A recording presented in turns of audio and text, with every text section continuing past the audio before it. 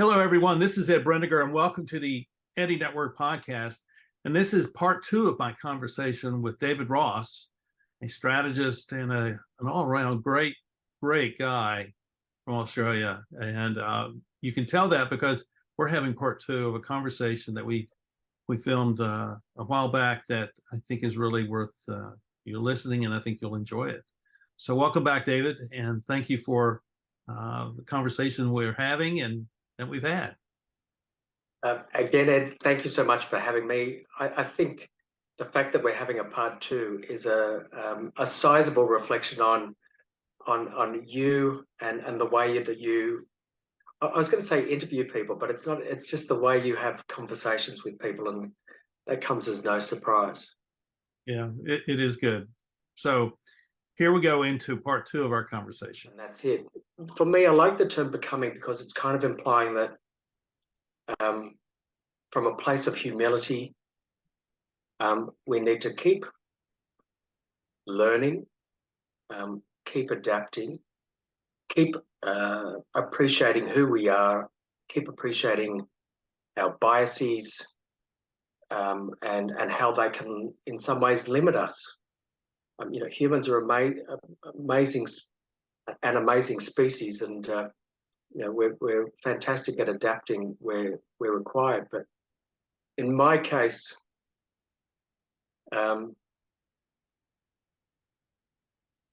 there's times as the peacemaker and even as the strategist where people will point the finger at me. I wish this could kind of be three-dimensional. Yeah. To you and your viewers, point the finger at me, and it feels like it's getting really close, and accuse me of things. And in the past, this comes back to that notion of ambiguity. That in the past, I could get sensitive about that. I could feel like I could take things to heart, and I almost had to become what's the term? Almost mechanically compassionate. By that I mean that I'd go and there were times when years ago I'd have to go and write down, almost like a journal, write down, well, why did because it had come from a place of sensitivity towards me, or I'd felt sensitive, and take it to heart. So I'd be writing things down. Well, why were they saying that? And how dare they? And there'd be a few words that I'm not going to share with your viewers, but I'm sure they got a sense of what they could be, because Sure. I was feeling hurt. I was feeling hurt about, my views were being questioned, and I had that, before I started up my business, I had that view of becoming the great leader. Uh-huh. I had undertaken a great MBA with one of the best universities here in Australia, and I was on a pathway to having an executive position in government. And I've just realised in some ways I'm perhaps going off on a tangent, but I think this is actually quite relevant. No, this is great. Perfect. Thank you. Quite relevant to your question all the same. It's about meaning. And in my case, I'm in an organisation, a government organisation. I'm head of strategy, head of corporate responsibility. From a professional perspective, I'm in the right position. From a values perspective, I'm doing corporate responsibility stuff. So everything seems aligned. I'm doing this MBA. And my mum passes away from Alzheimer's. Mum's been grappling with that we've all been grappling with that for about 9 years. And through that time, if you like, Mum's metaphorically becoming more of a ghost in front of us. And I naively thought that, well, because Mum's slowly fading away, by the time she does pass away, I'm going to be fine with it. There'll be no grieving to be had. And then Mum passes away. And a day after her funeral, I have to run a strategy workshop. And I try to be I'm the best I can be. And then I finish the workshop. And I can still remember waiting at a train station to go home. And I felt the energy, and everything, like pulling the plug out of a bathtub. I felt everything sapping away from me. And the tears started to come. And the grief had finally arrived. And it made me question where I placed meaning for my life and for my family's life.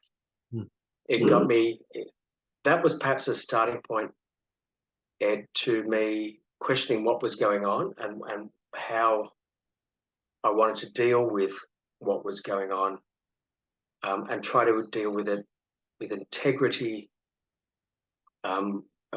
with value and respect for others, because I thought that from my young children's perspective at that point in time, what would I want them to see from their dad? And so going forward, very quickly, I always try to stick to, the memories that I had of that experience for me. And I always try to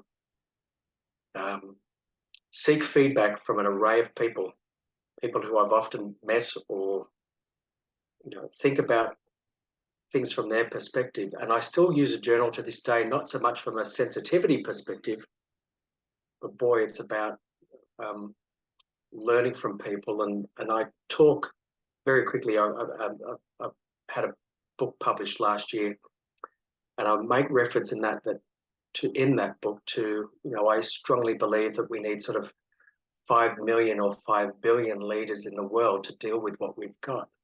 Mm-hmm. And that comes about from a mindset of being deeply respectful in each and every person and what they can bring to any situation. That's a lengthy answer, but I hope it answers your question. It's a fantastic answer, because what you've illustrated by your life is that if we take this VUCA thing, volatility, uncertainty, complexity, and ambiguity, we take all of those things, those challenges, as a business or as a nation, we really cannot deal with them until we have learned to deal with it within ourselves. Yeah. And that idea of becoming is compatible with this. One of my guiding principles which is that we're all in transition, every one of us, all the time. So there's a change happening to us all the time. And you can either choose to say, I don't want to change, I want to stay the way I am, or I'm going to embrace it. I'm going to figure out where I can go with that. And I think that's what you did. And I think that really is the only option for dealing with the kinds of changes that we're facing in the world today. Yeah, well said, Ed. And I had the real privilege during the pandemic of interviewing people in Beijing, Inuit people in Alaska, people in Africa, and boy, how that informed me. And I know that we talk in society about the Western worldview and what that means, but hearing things, the way people see the world from those vastly different cultures, vastly different perspectives to mine. Again, these are learnings that people shared with me that I haven't forgotten, stories that I haven't forgotten. But what I found fascinating from all the people that I interviewed from across different parts of the world, the really fascinating things were that almost each and every one of them talked about curiosity and humility. And I think in terms of, as you put it, the transition that we all have to face, yeah. I really love those terms. For me, I'll call it a compass. That if I keep those two words for me, they're incredibly powerful words. A curiosity about organizations, about community, individuals, the natural environment that we live in, the humility to appreciate that I used to see myself as a consultant, that I'd come in and I'd solve your problems. You know, I learned that lesson years ago, but you know, I see that I enable the people that I work with. I facilitate, enable them with my support for all of us working together to find a successful way forward, and that comes from great, you know, a need for me to be humble and appreciate that I only have part of the answer. I really do. Well, you have described yourself as a facilitator. You've used that terminology during our conversation, and I think that that's really the missing skill set of most organizational leaders, is that they do not know how to not just facilitate a meeting. I mean, anyone can learn to facilitate, but how do you facilitate the leadership development of your people? I think Yes. that's the big challenge, because it means that you're changing your mindset, you're embracing VUCA, but you're also saying, okay, who are we and where are we going, and what kind of organization do we actually need, and is the one we have suited for that? I mean, these are all the big questions that I see that these academics who came up with the VUCA model or framework or wherever it is, that's what I see them doing. It's just saying, okay, now it's time to talk about change, and here are 4 areas that we can talk about change in a very meaningful way, that we can go have some substantial effect upon the world. So, and I think that's where we're headed. And to me, it's exciting. Very much so. Absolutely, Ed. That, you know, I think about years ago, I was my son's soccer coach, and you know, it was almost the same. At the start of every season, you'd have all these challenges of getting the kids to come to games and getting them to kick with their, you know, or pass a ball with their other foot, how to throw a ball in, you know, how to stay in positions. And I don't for one second try to compare the enormity of VUCA with those challenges, but I think it's a lovely metaphor or analogy in some ways, that by the end of the season, you know, you'd have these kids that would just be playing on their own or playing for themselves, playing as a team, and just the development that you'd see in them, the enjoyment you'd see in them. You'd see them taking risks. You know, I'd see them taking risks. Sometimes they'd pay off, sometimes they didn't. But it's just, when it all seemed to come together by me as a facilitator, as a coach, there's times that I still have those situations, if you like, and for me, there's no bigger reward than when everyone comes together and finds a far better outcome. And I think linking it with some of the things you'd said earlier on about the benefits from leaders taking a different pathway, there's probably so many leaders out there who in their spare time are, you know, baseball coaches, basketball coaches, so on and so on. Yeah. If they just link with that other role they play in life, the benefits, the rewards, the joy can be immense. Yeah, I tell people that I learned how to be a leader by being the scoutmaster of my son's scout troop. Oh, really? Yes. And we had, I mean, every imaginable crisis and conflict that you can think about, imagine, we experienced.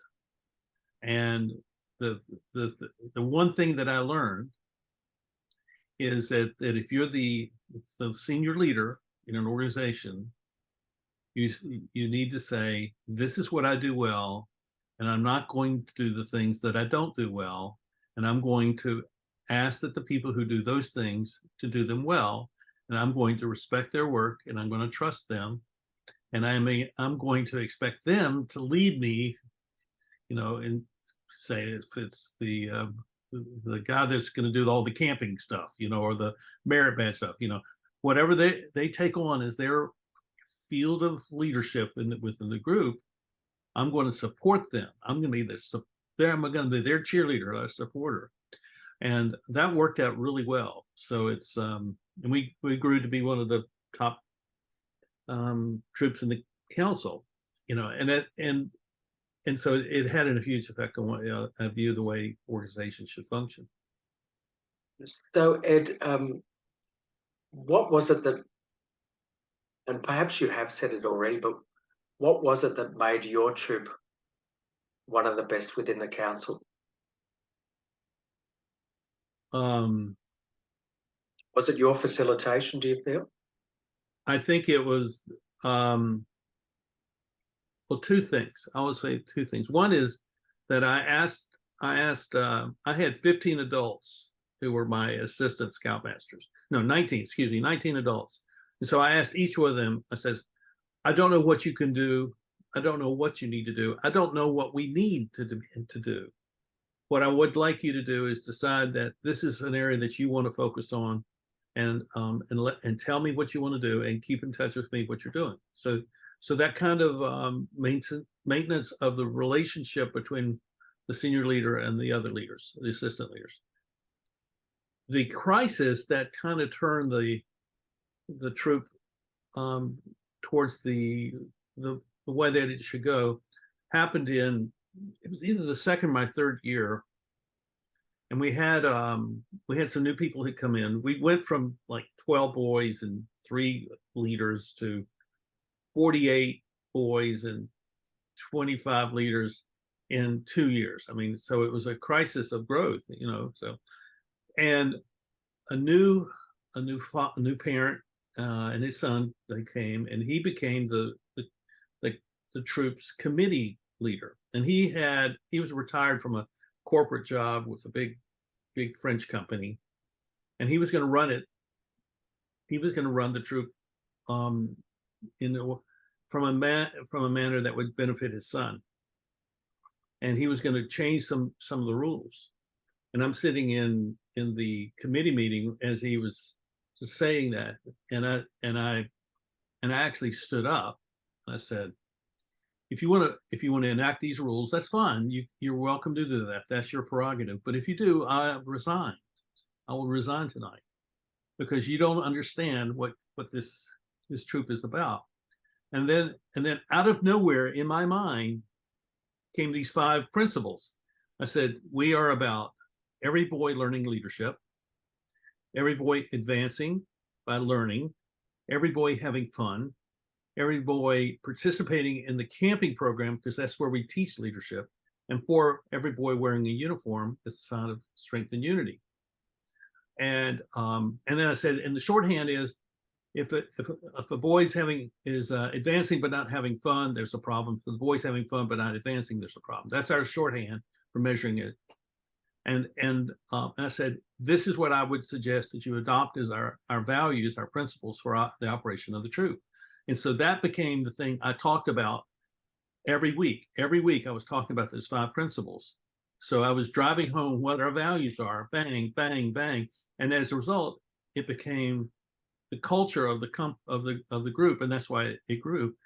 A year after that moment, we adopted those 5 principles for all the adults that they were involved.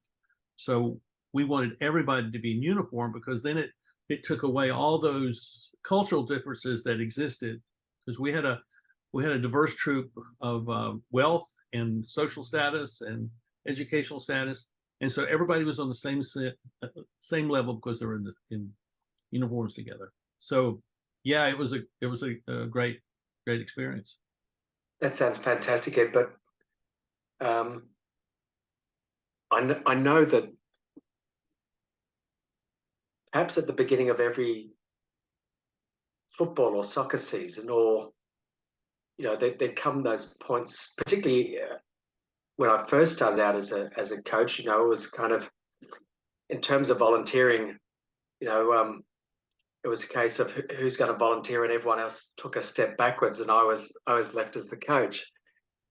And yeah, while I talked before about the rewards from being a coach, there were times when I found it's, almost scary, feeling as I'd be have a ring of parents around me at the first meet and greet, and they had high expectations, and um, a lot of the time expectations were around, well, my kid plays in the forwards, my kid's not going to be goalkeeper, or my kid needs to get as much time as everyone else, and so on and so on. And yeah, there were doubts for me about whether I was up to it, and like I said, very scary. But I gather, would it be fair for me to say that when you were talking about some of what you faced as a scout leader, that it wasn't all gravy, it wasn't all straightforward? Well, I will tell you this: one of the challenges was dealing with the parents, obviously, and the parents had this idea that they were going to create all these activities for their children so that it would look good on their college resume. And I would, when a new boy would advance into the scouting program, his parents were there, and I'd say, our goal is for the scout to spend what 6-7 years with us, and at the end earn his eagle rank. I said, but the only boys that really do that are the ones whose parents are involved. So if you think that dropping your kid off for scouts in his soccer uniform, and he's going to be here for 2 hours or an hour and a half, and then he's going to get something out of the program, you're wrong. Because the only way you're going to see something in your son is by your participation, and he's going to watch you participate, and the two of you learn together what it means to be in roles of leadership. And many of them didn't like that, because they would go to the grocery store while their son was Yes. Yeah. out. So it was an activity rather than a focused place for the development of their child. And so if we take that idea and apply that to businesses, most businesses are operating under we have these activities we need everybody to do, instead of we're going to develop you so that these activities really bring a value to the company and to our clients and to our community in ways that we would never imagine until we got into the mix of it. I really like that. Ed. I was writing about sustainability programs recently, writing an article on it, and linking it with what you said, I often see organisations still to this day take the easy path with their sustainability programs. That within our box, we're going to contribute to a couple of charities or a couple of causes. We will throw money at things, and that's the easy pathway. It really is. It's like you're saying with the parents, that the easy pathway for their parent, and I can understand it's human nature, but the easy pathway is to drop their son off, and then I'm going to go off and do some other things. And if I have to get dragged into being committed myself to being involved with the scouts, well, that's an imposition. But I always saw with my parents, and I'll bring it back to sustainability and organisations in a second, but those parents who wanted to help me out with football training, we worked together to find different ways to improve the kids.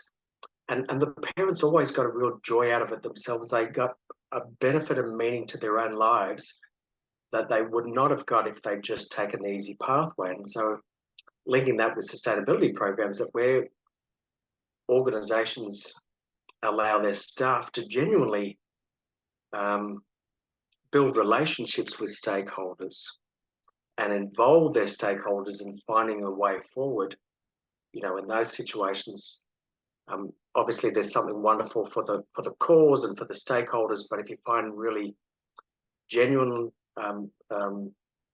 well thought out solutions, obviously there's benefits for the organisation and its leaders as well. But we're just not there. I like to make the distinction that there are a lot of people who know how to run a business, but there are not a lot of people who know how to lead a business. Yes, yes, That's what really what we're talking about. yeah. And the complication of that is when you add VUCA into the mix.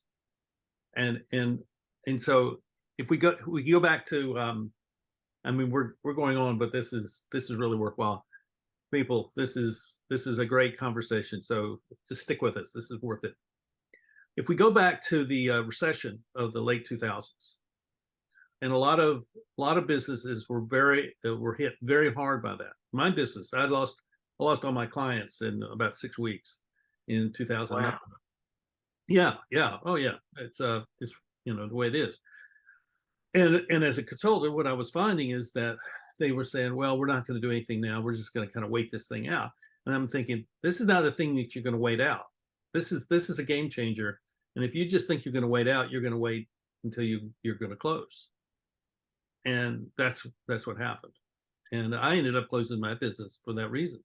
There was anybody, who wanted a process consultant. They all wanted the expert person who's going to help them monetize everything they had, and that's not who I was. So yeah, so I was in that VUCA transition point, and have continued to be in that ever since.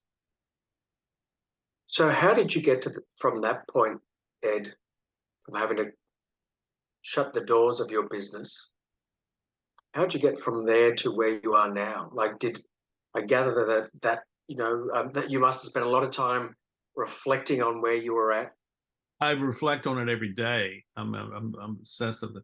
Well, David, there were three losses that happened, all within about 18 months. And one was realizing that my consulting practices was drying up. The other was I had taken on the leadership of a nonprofit organization, and after 15 or 18 months, they fired me because I expected the board to give money and to help me raise money. They didn't want to do that. So, and then the third was my marriage of 30 years ended. So I call it, that period was the time of three losses. I began my career as an ordained Presbyterian minister, and occasionally I've taken on those jobs of pastoring churches.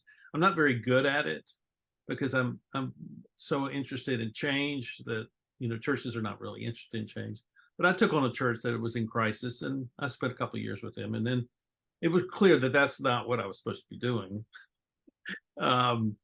So I decided I'm going to start over, and so I picked up and I moved. I was living in North Carolina where I grew up, and back in North Carolina for 20 years, and moved to Jackson Hole, Wyoming, a beautiful place, and a place that I only knew a couple of people, and without a plan.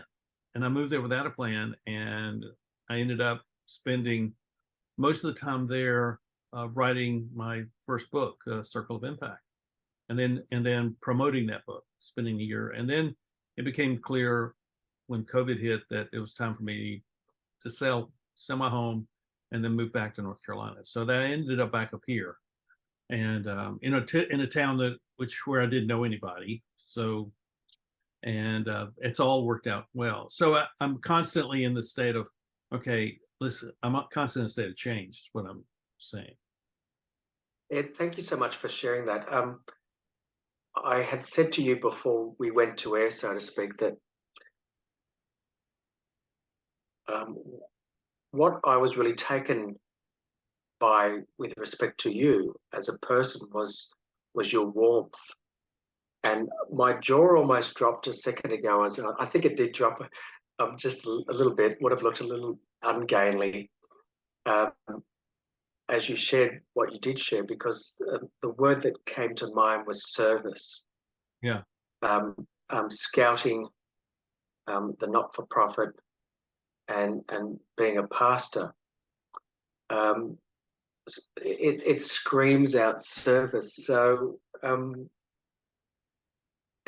don't know. I'm trying to get the right question in my mind, but what does what does service mean to you? Why is it so important to you? A great question. I've thought a lot about that. I don't want to give you a canned answer. I think service matter. My commitment to service, let me put it that way, is really based upon my belief in people. And there's a lot of different perspectives about people. Some people call them cheap. Some people call, whatever they want to call. They're all these things. But my sense is that every person has unlimited potential, and I want to be in a position where I can encourage that to happen. And you said something early on about all these people, the 8 billion people. But so my goal, my purpose was to develop leadership for local communities, their businesses, their families, that sort of strengthen local communities through developing leadership. But my goal was to move 1% of the world's population to take personal initiative to create impact in their local communities. So it's I see the big picture is that we're a world that has lost that sense of service, or that sense of I have something to contribute, I can make a difference, and therefore I keep talking about that, and that has been kind of the focal point of my life for, I guess, 40 or 50 years now. Gosh, that's amazing. That's just such a, in some ways, some people might see that as a commitment, but from what you've shared, Ed, I don't get a sense that it's a commitment. It's a given. That's just the way things should be. Is that reasonable? Lifestyle. Yes, yes. So this thing that we're on right now, the Eddie Network podcast, is an example of that, because I get to talk to people who I have been introduced to, or people that I've reached out to, people that I already know. And what I want to see in them is that kind of core genius that resides in every single person. I want the people like you all who are watching to see this person. In this case, it's David Ross. I want you to see this person as having something to offer to the world that you respect, and then I want you to take that sense of respect for the guest and say, well, could I be that person? Could I be that person who is garnering the respect of others because of what they do with their life? Very, like I said, yeah. I hope the tone conveys that that's incredibly powerful. We need more of that. We need more of that. I know what it is. It's what we need is more looking outwards, from the individual looking outwards to what's around us, and seeing it without judgment, without othering. Excuse the cliche, but genuinely with love and humility and curiosity towards the other. Without love, it's just mechanism. Yeah. And so I want people to look at the other people in their life. I'm really focused on their direct relationships, and say I believe in them, and I want them to believe in themselves because I believe in them. That's the kind of thing I'd like to see in the relationships that people have with one another. In families, can you imagine what happened? I mean, I've known a lot of families which kind of disintegrated at some point because they stopped believing in each other. It's sad. And they stopped believing in themselves at the same time. And they didn't feel like they could change, and they didn't feel like they could do things. And all of a sudden, the marriage just disintegrated, gone to dust. You must hear some, in some ways, pretty sad stories, Ed, and I gather some pretty powerful stories as well. And I can't imagine what that must feel like. But yeah, so what do you love about being put in those, at times, difficult and sad situations? No matter who the person is, there's something to affirm there. And it's interesting to talk to the people that are the furthest from who you are, as you can be. So like an adolescent, talking with an adolescent, standing in line. I mean, I was there's a coffee shop here in town, and I go there regularly to work, and there's always this young woman there. She's probably 18, 19, 20 years old. And I just turned to her one day and said, "You getting any work done?" She said, "Yeah." And I said, "Yeah, me too." And so we just struck up a conversation. And every time I go in there now, I have a conversation with her. It's not world challenging. It's not world changing. It's not, it's just we're expressing care for each other in that 30 seconds of encounter. But we know each other, and so there's probably something that if something arose in that moment, we could go deeper in terms of our conversation. So I like that. It never ceases to amaze me that when you do engage somebody, you can't anticipate where the conversation will head, what's going to be the topic.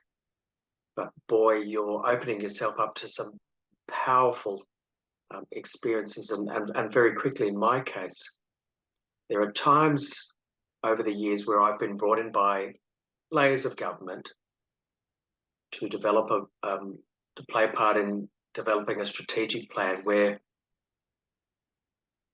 the client government agency wants me to go and talk to their communities, their stakeholders, because they're not really comfortable with doing that sort of thing. Yeah. And there've been times through the years, Ed, where some of the conversations I can pull out all the tricks up my sleeve, and sometimes the conversations won't go anywhere. And there've been times when I remember I've driven hundreds of miles, and feeling between different communities, and I've had those moments where I'm just like, oh geez, that one was, I'll never get that time back. And then I'll come to the next community, and you talked about adolescence. There have been times where I've had the chance, the privilege to talk to high school students or people in their early 20s, and I'll ask them questions about what's your assumption about what the future might look like, and what is it you're seeing in the present, and what are your hopes, what are your fears, and these. Sorry, as part of the context, when I was 18 years of age, there was nothing sophisticated about my thinking about who I was whatsoever. At 18 years of age, I just wanted to kick a soccer ball around, that was the height of my complexity. And now I talk to these younger generations, and the number of times where I've had to grit my teeth as I could feel tears welling as they tell me things about in our community, in our region. Some of these regions will be the size of European nations. I say in our region, we need to do something genuine about climate change, because my parents are farmers. We've been living on the land for generations. And every night I see my mum or dad come inside, trying to remain stoic, but I can see,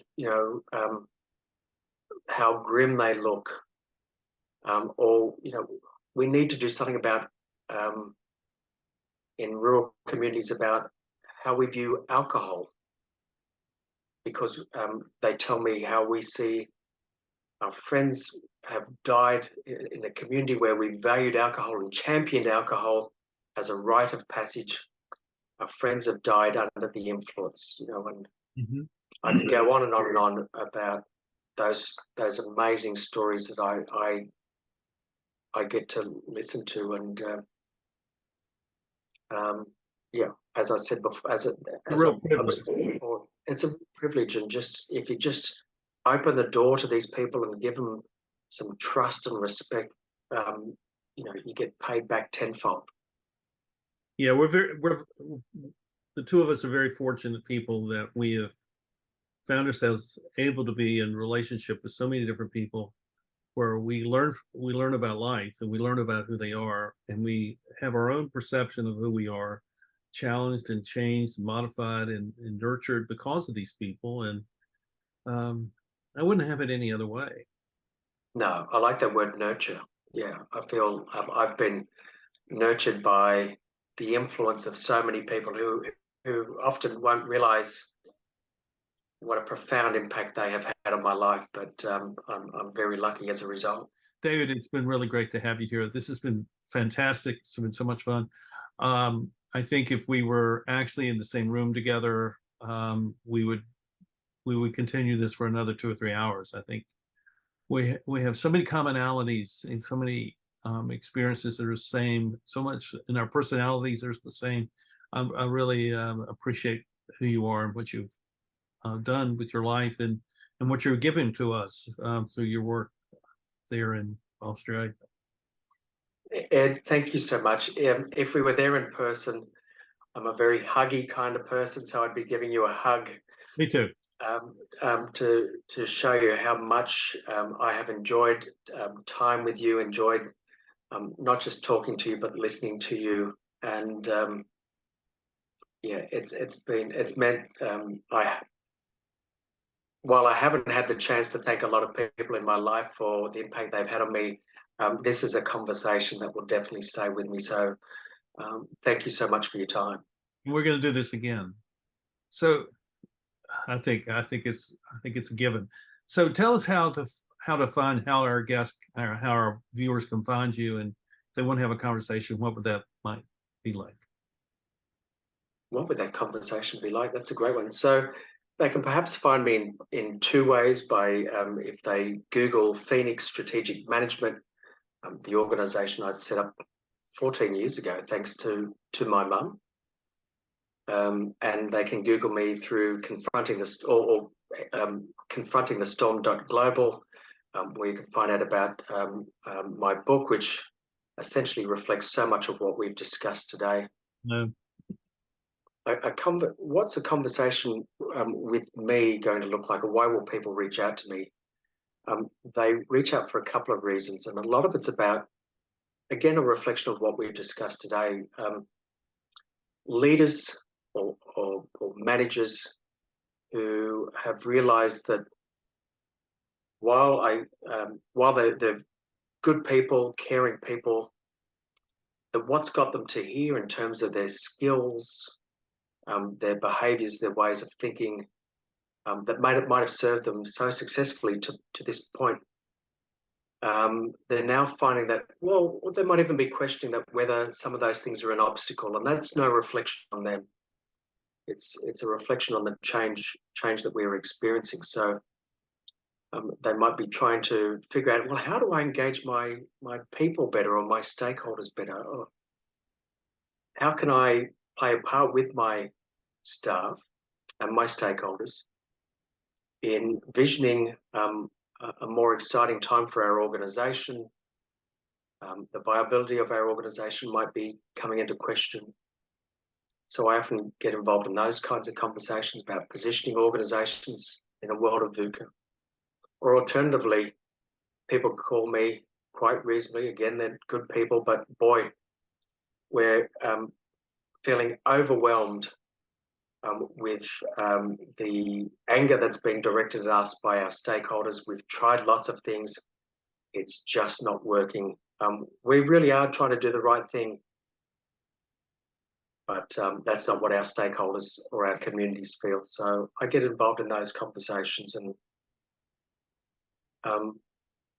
those conversations start off by me just wanting to listen to you and find out more about who you are and find out more about your challenges. And then we take it from there in a respectful way, where I'm deeply supportive of you. And as I've used that word a few times, your dignity and those of your staff and your stakeholders is paramount to me. And through that, we'll get significant benefits for you and your organisation.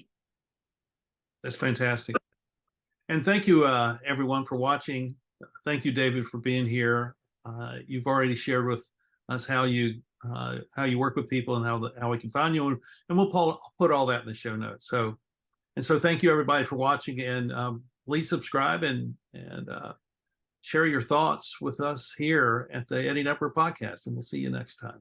Bye bye.